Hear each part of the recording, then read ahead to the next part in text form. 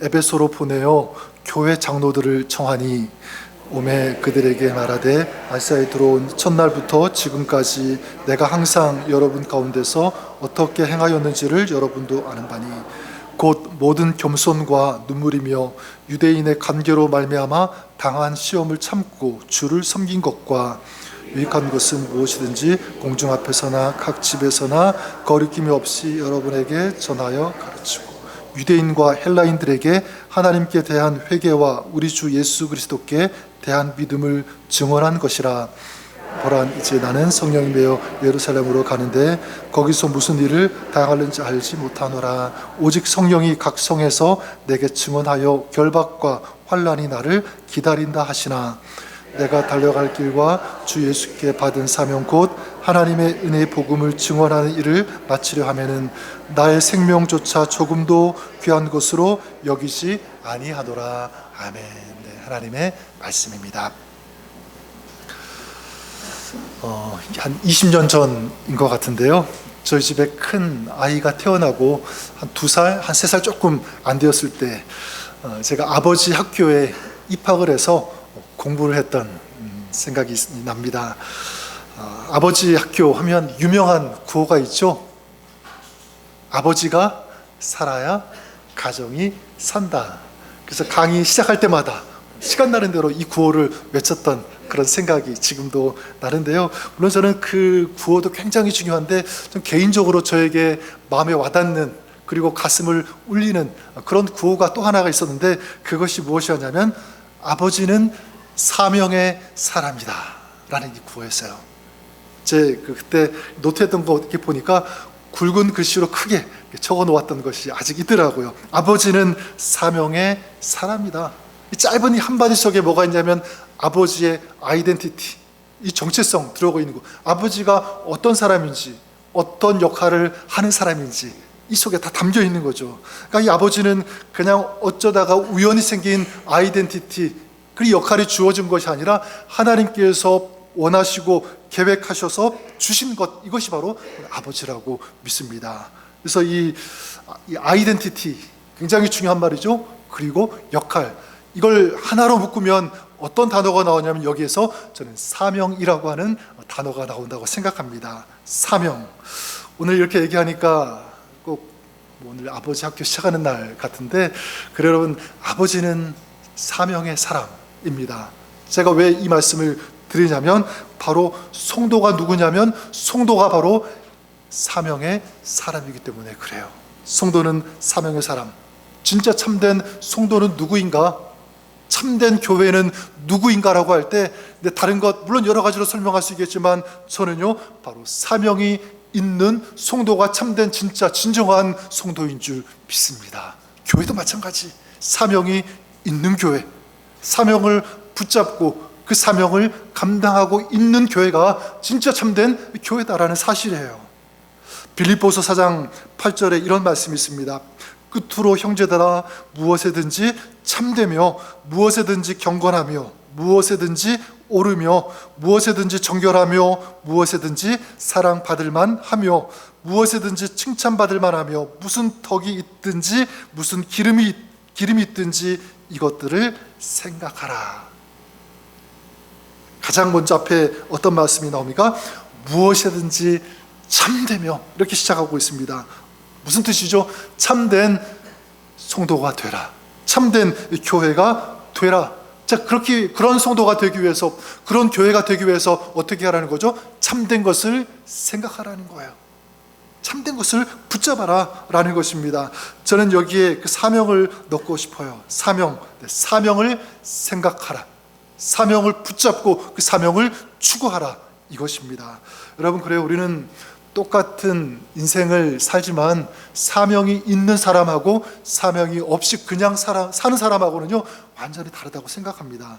저는 그런 의미에서 여러분들이 사명의 사람으로 오늘을 살아가시는 여러분들 되시기를 우리 주님의 이름으로 간절히 축원합니다. 그렇다면 오늘 우리가 가져야 되는, 붙잡아야 되는 사명이 있다면 무엇일까?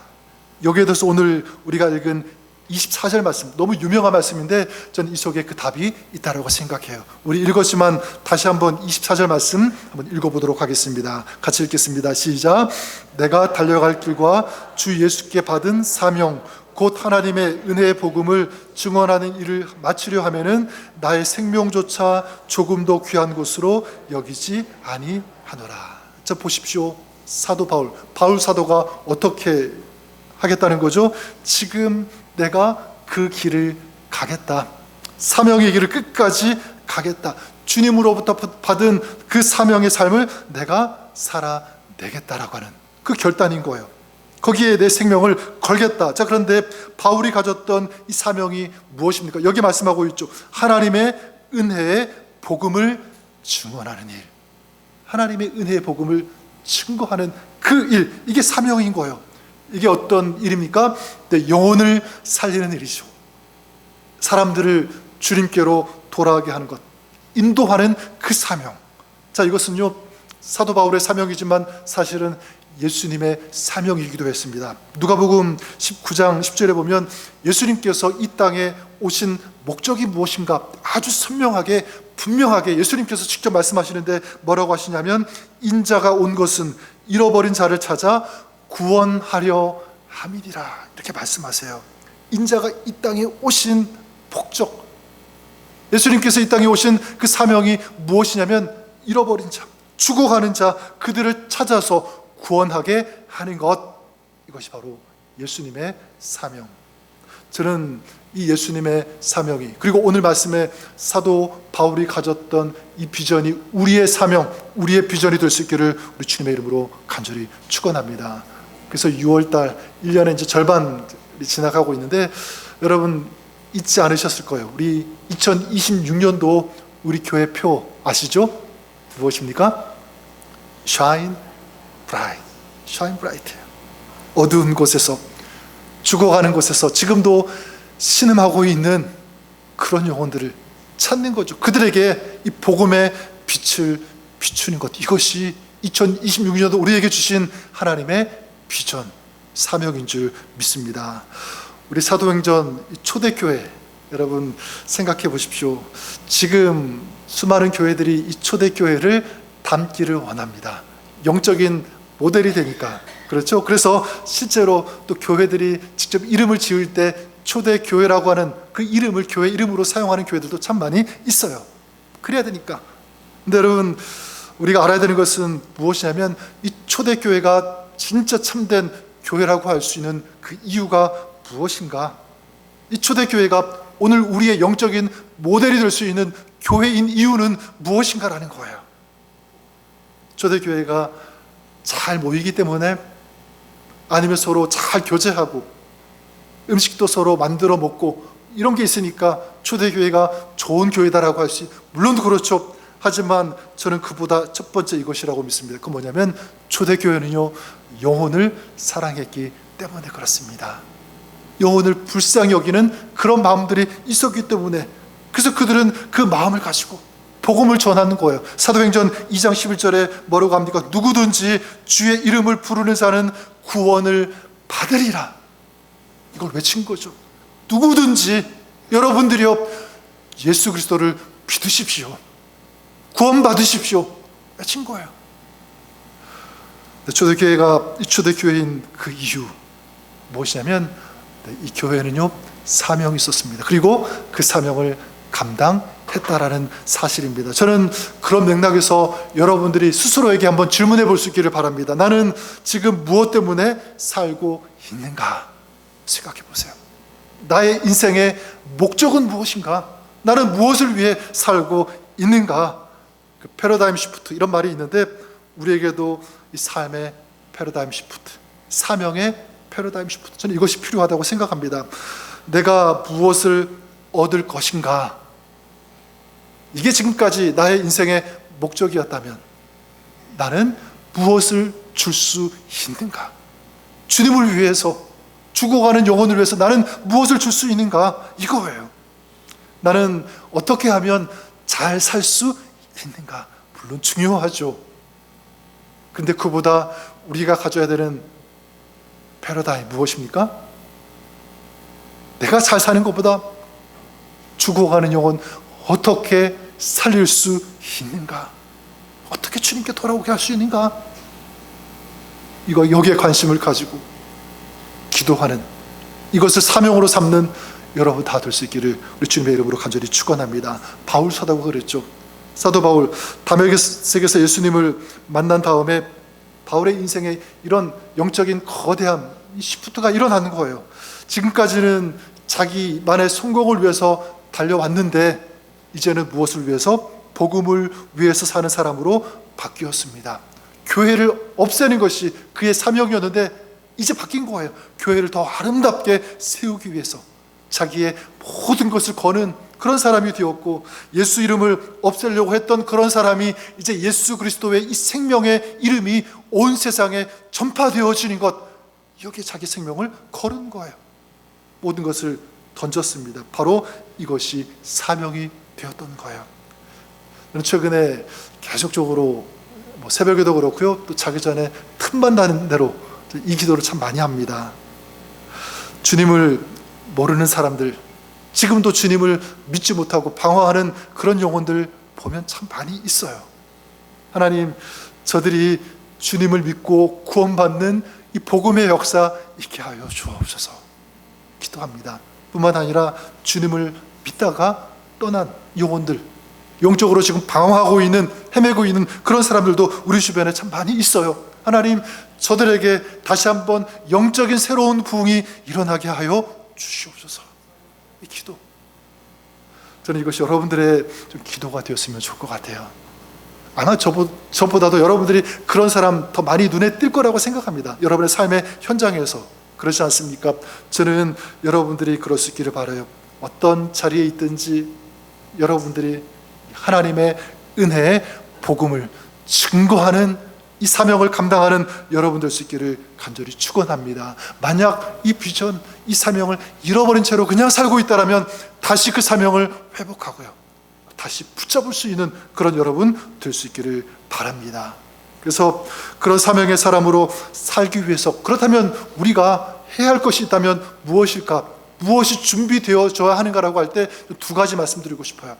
한 가지는 무엇이냐면, 내가 먼저 십자가의 은혜, 십자가의 사랑을 풍성하게 경험하고 누릴 수 있어야 된다. 다시 말하면 내 마음속에, 심령 속에 하나님의 은혜가 가득 채워져 있어야 된다. 바로 이거예요. 전에도 한번 제가 이 책 소개한 적이 있는 것 같은데, 세들백 교회 릭 워렌 목사님이 쓰신 목적이 이끄는 삶이라는 그런 책이 있죠. 저도 아주 오래전에 읽었는데 아마 여러분들도 읽으신 분들이 계실 거라고 생각합니다. 수천만 부가 팔린 엄청난 베스트셀러가 이 책인데요, 저는 생각해 보았습니다. 왜 수많은 사람들이 이 책을 그렇게 많이 읽었을까라는 거예요. 저는 이렇게 생각합니다. 사람들이 자신의 그 삶의 목적에 대해서, 그리고 사명에 대해서 깊은 어떤 그 갈증을 가지고 있었는데, 그 갈증을 이 책이 그 답을 제시해주고 있다라는 것입니다. 해결해주고 있다라고 하는 거예요. 그러면서 정확한 답을 주면서 사람들의 마음을 울리는 거죠. 두들기는 거예요. 여러분, 그냥 살지 마십시오. 이런 삶을 살았으면 좋겠습니다. 그래야 하나님께서 기뻐하시는 삶이 될 수 있습니다. 이걸 외치고 있는 거예요. 이 책에 보면 5가지의 삶을 제시하고 있는데, 뭐냐면 저는 이 순서가 굉장히 중요하다고 생각하고요, 또 이 순서가 저는 굉장히 성경적이다라고 생각합니다. 여러분 한번 이 순서를 기억해 보시기 바랍니다. 첫 번째가 뭐냐면 예배의 삶이에요. 예배하는 삶, 예배로 하나님을 기쁘시게 하는 삶이 될 수 있어야 된다. 그런 삶이 하나님 기뻐하시는 삶. 두 번째는 뭐냐면 교제하는 삶, 하나님의 가족으로 함께 교제하는 그런 삶. 얼마나 아름다워요. 우리가 그런 삶이 될 수 있기를 바라고, 또 한 가지는 제자 훈련이에요. 그리스도를 닮아가는 성숙한 삶이 될 수 있어야 된다. 세 번째, 네 번째는 뭐냐면 섬김의 삶. 섬김의 삶. 마지막 다섯 번째가 뭐냐면 전도하는 삶이에요. 선교 비전입니다. 그런 삶을 살 수 있어야 된다. 저는 저와 여러분, 우리의 삶이 몇 번째까지 가야 된다고 생각하죠?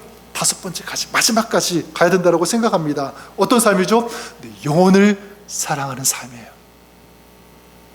전도할 수 있는 삶, 복음을 증거할 수 있는 이런 선교적인 삶을 우리가 살 수 있어야 된다. 아니, 살아내야 한다는 사실, 이것이 우리의 사명이 되어야 되고요, 우리 인생의 목적이 되어야 되는 줄 믿습니다. 근데 여기 순서, 아까 중요하다 그랬죠? 여러분, 이런 삶의 자리까지 가기 위해서 중요한 것, 첫 번째가 무엇이었죠? 첫 번째가 바로 예배였잖아요. 예배하는 삶. 그러니까 예배를 통해서 주님을 만날 때, 예배를 통해서 주님의 은혜를 경험할 때, 예배를 통해서 하나님의 은혜의 말씀을 내가 듣고 경험하고 내가 변화되어질 때 그 힘과 그 능력을 가지고 다가갈 수 있다라고 하는 거예요. 사실 이 바울 사도도 그러지 않았습니까? 처음에 예수님을 믿는 사람들을 잡기 위해서 다메섹 도상으로 가고 있을 때 어떤 일이 일어났습니까? 하늘에서 강한 빛이 그에게 임했죠. 그리고 하늘로부터 들리는 그 음성을 들은 거예요. 그리고 그에게 사명이 주어졌습니다. 사도행전 9장 15절에 보면 이 사람은, 바울이죠, 내 이름을 이방인과 임금들과 이스라엘 자손들에게 전하기 위하여 택한 나의 그릇이라. 여러분, 순서를 여기 잘 보세요. 사도 바울이 주님을 만났습니다. 주님의 음성을 들었습니다. 예수님은 죽으셨다가 다시 부활하신 주님이라는 사실을 실제로 경험하게 되는 거예요. 그랬을 때 그에게 무엇이 주어진 거죠? 사명이 주어진 것이고 사명의 삶을 살 수 있게 되었다는 사실입니다. 요한복음 21장에도 보면 부활하신 예수님께서 이 제자 베드로를 찾아가시는 그런 내용이 나오는데, 그 베드로를 찾아가셔서 질문하세요. 뭐라고 질문하시냐면, 요한의 아들 시몬아, 네가 나를 사랑하느냐? 네가 나를 사랑하느냐? 그때 베드로가 뭐라고 대답하죠? 네 주님, 제가 주님을 사랑하는 줄 주님께서 아십니다. 사랑한다고 고백한 거예요. 그때 예수님께서 그렇게 대답하는 베드로에게 뭐라고 말씀합니까? 내 양을 먹이라. 사명이 주어진 거잖아요. 내 양을 치라, 이렇게 말씀합니다. 네, 그래요. 네가 나를 사랑하느냐 물으신 다음에, 정말 그 베드로가 주님 사랑합니다라고 하는 그 고백이 있은 다음에 내 양을 치라, 내 양을 먹이라. 자, 무엇이냐면 주님을 사랑할 수 있을 때, 아니 주님을 사랑하는 그 마음이 충만할 때, 주님을 진정으로 만났을 때, 주님이 정말 살아계신 주님이심이라는 것을 내가 믿을 때, 그 주님을 경험할 때, 그 은혜가 가득할 때, 그 사람 어떤 사람 되는 거죠? 사명의 사람, 사명을 감당하는 사람으로 살아갈 수 있다라고 하는 사실입니다. 저는 주님을 만나는 이 예배가 중요한 이유가 여기에 있다라고 생각합니다. 여러분, 우리가 정말 주님을 사랑할 때, 주님의 은혜를 사모하면서 주님의 은혜를 경험할 때 우리의 삶이 아름답게, 우리의 심령이 아름답게 되는 줄 믿습니다. 거기서 끝나지 않죠. 호수의 물이 가득할 때 그 호수를 통해서 물이 아래로 흘러가는 것처럼, 마찬가지 우리의 마음속에 하나님의 은혜가 있을 때, 주님 만난 그 말씀이 내 안에 있을 때, 그 삶을 통해서 하나님의 복음이 사람들에게 흘러가게 되는 줄 믿습니다. 그래서 사도 바울도 오늘 말씀 24절에 보면 그냥 복음이라고 얘기하지 않고 하나님의 은혜의 복음, 이것을 내가 증거한다. 어떤 의미가 있는 거죠? 그냥 복음이 아니라 하나님의 은혜의 복음, 내가 그 은혜를 경험했다는 거야. 이 은혜가 얼마나 좋은지, 얼마나 깊은지 내가 경험하니까, 너무 좋으니까 증거하지 않을 수 없는 거죠. 하나님의 은혜의 복음을 내가 증거하겠다, 생명을 걸고 고백하고 있는 것입니다. 여러분, 오늘 여러분의 가족들 혹은 여러분 이웃들, 또 우리 주변의 사람들이 하나님을 사랑하고 하나님을 예배하는 것, 우리 아까 같이 인사하면서 노래했는데요, 그런 마음, 그런 소원 아마 다 가지고 계실 것이라고 생각합니다. 근데 여러분, 우리가 그런 생각, 그 비전에서 끝나는 것이 아니라 그게 실제가 되기 위해서 어떻게 해야 되는가라고 할 때 중요한 것, 내가 먼저 예배를 사모해야 된다. 하나님을 사랑하는 사람이 될 수 있어야 된다. 내가 진짜 이 하나님의 은혜를 경험하는 사람, 되어야 된다는 사실이에요.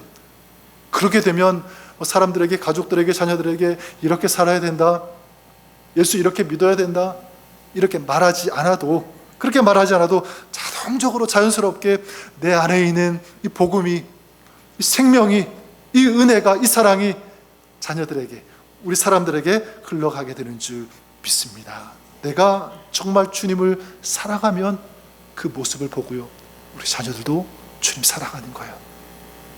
내가 진짜 주님을 위해 산다면 그들도, 저들도 주님을 위해 사는 그런 사람들 될 수 있음을 믿습니다. 이게 첫 번째라면, 두 번째, 이 사명의 사람으로 살기 위해서 어떻게 해야 되는가, 한 가지만 더 말씀드린다면 거룩한 부담을 가지는 것, 이렇게 말씀드리고 싶어요. 다시 말해서 거룩한 부담을 피하지 말라. 이 부담을요, 사명으로 삼을 수 있는 사람이 되어야 된다라고 말씀드리고 싶어요. 어제 우리 캐롤, 우리 조공숙 권사님 천국 환송 예배를 드리게 되었는데요, 많은 분들이 오셔서 위로해 주시고 같이 예배에 참석해 주셨는데, 저는 이 장례 예배를 준비하면서 여러 가지 참 많은 생각을 했던 것 같아요. 이런 질문을 던져보았습니다. 참 잘 살 수 있다고 하는 것, 어떤 삶인가? 참 잘 살았다, 어떤 사람이 그런 사람인가? 그런 질문이었어요. 그때 저에게 다가오는 그 답은 무엇이냐면, 어떤 사람이 잘 산 사람이냐면 바로 이 사람입니다. 삶의 흔적이 아름다운 사람, 삶의 흔적이 아름다운 그런 사람. 그러면서 질문했어요. 그러면 나는 이 땅에 살아가는 시간 동안 어떤 흔적을 남길 것인가? 어떤 흔적을 남겨야 되는가? 이 땅에서 사는 것 여러분 길지 않잖아요. 우리도 주님께서 부르시면 하나님 나라에 들어갈 텐데, 그리고 주님 앞에 설 텐데, 내가 참 잘했구나, 충성했구나, 열심히 살았구나, 주님으로부터 이런 말씀을 들어야 되는데 어떻게 살아가야 되는가? 어떤 흔적을 남겨야 되는가? 저는 권사님을 생각하면서 한 가지 답을 찾을 수가 있었습니다. 그게 뭐냐면 거룩한 부담을 사명으로 삼는 삶, 이거였어요. 부담을 사명으로 삼을 수 있는 그런 삶. 전 조 권사님이 그런 분이었다고 생각합니다. 권사님 예배하는 삶, 섬기는 삶, 기도하고 중보하는 삶, 결코 이거 어려운 일이 아닌데, 자, 그것을 사명으로 삼았어요. 지금은 우리 그 한 달에 2번씩 교회 가드너들이 와서 깨끗하게, 기계, 어제도 보니까 늦은 시간에 큰 기계 동원해가지고 여기 다 깨끗하게 정리하는 모습을 제가 봤는데요. 근데 불과 몇 달 전까지만 해도 사실 우리가 했던, 성도님들이 했던 그런 일 아닙니까? 토요 아침 기도회 마친 다음에 각자 막 장갑 끼고 모자 끼고 막 이렇게 해서 막 청소하시는 그런 모습들이 있었는데, 우리 조공숙 권사님이 또 한번 생각이 났습니다. 권사님 여기저기 다니시면서 혹시 내가 도와야 될 곳이 어디 있는가, 막 다리도 불편하시고 몸도 불편하신데 찾아다니신 거예요. 무거운 것은 드시지 못했지만 우리 나뭇가지 뭐 잘라놓은 거 있으면 손수 담아가지고 갖다 버리시는 그런 모습들. 저는 그뿐만이 아니라 권사님의 삶을 생각하면 3년 동안 제가 이곳에서 사역하면서 또 권사님과 종종 대화를 나눌 때가 참 많이 있지 않았겠습니까? 근데 참 생각할 때마다 지금 권사님의 참 언어가 참 너무너무 귀하고 아름다웠던 것 같아요. 권사님의 입술에서 막 불평하고 원망하고 막 그런 얘기 한 번도 들어보지 못했어요. 보면 어떤 권사님에 대해서, 집사님에 대해서 칭찬만 하셨어요. 굉장히 절제된 그런 언어로 높이는 그런 모습. 저는 생각하는 것 바로 이것입니다. 권사님은 이 땅에 77년 동안 사셨지만 참 아름다운 삶의 흔적들을 남기셨구나. 우리 교회 위에, 많은 주변 사람들에게 이 모습, 저는 이 모습이 오늘 우리에게 필요하다고 저는 생각해요. 사도 바울이 그랬죠. 오늘 말씀에 나오는 사도 바울도 이 거룩한 부담이 있었습니다. 그걸 감당하는 거예요. 오늘 말씀 그 19절, 20절 말씀 우리 다시 한 번만 같이 읽어보았으면 좋겠는데, 우리 19절과 20절 말씀 한번 읽어볼까요? 자, 시작. 곧 모든 겸손과 눈물이며 유대인의 간교로 말미암아 당한 시험을 참고 주를 섬긴 것과 유익한 것은 무엇이든지 공중 앞에서나 각 집에서나 거리낌이 없이 여러분에게 전하여 가르치고. 자, 여기 보면 사도 바울이 사람들 앞에서 각 집에서 거리낌 없이 당당하게 복음을 전했다, 가르쳤다, 이렇게 말씀하고 있습니다. 아, 사도 바울이 이렇게 사역했구나 생각할 수가 있는데, 우리가 놓치지 말아야 되는 것이 있습니다. 여기 보면 19절 가장 앞에 무슨 말씀으로 시작하냐면 눈물로 시작합니다. 모든 겸손과 눈물이며, 그 다음에 어떤 말씀들이 나오죠? 시험이 있었는데 내가 참았다. 그러니까 복음을 전하는 것 화려하고 대단한 것처럼 보이지만 사실은요, 굉장히 힘들었다는 거예요. 엄청난 고통도 있었고 고난도 있었고 참아야 되는 그런 일들 수없이 많았다는 것을 볼 수가 있습니다. 자, 그런데 24절에 뭐라고 시작합니까? 그러나 however, 아무리 그럴지라도, 아무리 위험해도, 내가 손해 볼지라도 주님께서 나를 보내셨으니까 나는 거기 가겠다, 이 사명 놓지 않겠다, 감당하겠다 라고 선포하고 있는 것 아니겠습니까? 저는 이 고백을 통해서 알 수 있는 것이 있어요. 그게 뭐냐면, 네, 그래요, 하나님으로부터 부르심을 받은 사람, 그리고 은혜를 체험한 사람, 하나님을 진정으로 만난 사람에게는 무엇이 생기냐면 거룩한 부담이 생긴다라고 믿습니다. 당연히 그렇죠. 내가 예수님 만났으니까, 그러면 주님을 만난 사람으로서 나는 어떻게 살아야 되지? 이 부담 생기는 것이 정상인 거예요. 하나님의 은혜 체험했으니까 나는 그러면 주님께 무엇을 돌려드릴 것인가? 어떻게 살 것인가? 이런 생각들을 가지는 것 정상인 것입니다. 여러분, 저는 바라는 것은 여러분들이 이 거룩한 부담을 피하지 않기를 바라요. 정상이니까. 그리고 만약 이런 부담이 없다면 그 부담을 갖게 해달라고 하시고, 만약 잃어버렸다면 다시 주님 회복해 하여 주시옵소서 기도하시는 여러분 될 수 있기를 바랍니다. 전도하고 선교하는 것 쉽지 않아요. 큰 부담이죠. 하지만 그것을 감당할 수 있는 그런 사람, 사랑하는 것, 용서하는 것 쉽지 않죠. 하지만 거룩한 부담으로 삼는 거예요. 형제를 섬기는 것, 봉사하는 것 힘듭니다. 맞아요. 그렇지만 귀한 거예요. 왜냐하면 이 거룩한 부담을 피하지 않고 감당할 때 어떤 역사가 일어나냐면 그 부담을 통해서, 그 삶을 통해서 다른 사람이 살아나는 역사가 있기 때문에 그런 거죠. 예수님의 십자가가 그렇지 않습니까? 예수님의 십자가, 지금 십자가 목걸이 해가지고 이렇게 걸고 다니는 사람도 있고, 십자가면 건물 교회 같은데 화려하게 이렇게 세운 그렇게 보이지만 사실 이 십자가는 무엇이냐면 굉장한 수치, 모욕, 고난, 죽음을 상징하는 이게 십자가잖아요. 근데 예수님께서 그 십자가를 지신 거예요. 그리고 십자가에 달리셔서 죽으신 것입니다. 그러니까 이 십자가의 수치, 십자가의 이 모욕, 십자가의 이 고난, 십자가의 이 죽음을 예수님께서 온몸으로 감당하신 거예요. 그랬을 때 어떻게 되었습니까? 죄로 인하여 죽을 수밖에 없는 저와 여러분, 우리가 살아날 수 있게 된 줄 믿습니다. 죄와 저주와 이 사망의 권세가 파괴되어지고 생명의 역사가 일어나는 거예요. 우리가 그 은혜를 경험한 거잖아요. 하나님의 사랑, 이 복음의 역사를 우리가 누리고 있는 거예요. 이 축복을. 그렇지 않습니까? 그렇다면 여러분, 우리도 그 십자가를 질 수 있어야 된다고 저는 믿습니다. 여러분, 우리가 세상에 빛을 제대로 비추지 못하는 그 이유가 무엇인가? 세상을 이 복음의 능력을 가지고 바꾸어야 되는데, 이 세상이 주님께 돌아올 수 있는 그런 통로로, 그런 하나님의 사람으로 교회로 쓰임 받아야 되는데, 그렇지 못한다면 그 이유가 무엇인가? 다른 것 아닌 것 같아요. 내가 십자가를 지지 않기 때문에. 거룩한 부담 감당해야 되는데 회피하려고 하니까, 편하게 믿으려고 하니까, 주기보다는 받으려고 하니까, 다른 사람에게 이렇게 하십시오 저렇게 하십시오 희생은 강요하는데 내가 정작 희생하려고 하지 않으니까 그런 거예요. 그런 의미에서 우리가 한 가지만 적용했으면 좋을 것 같습니다. 그게 뭐냐면, 오늘 내가 가진 특권을 사명으로 바꾸었으면 좋을 것 같습니다. 내가 가진 것을 사명으로 바꾸는 거예요.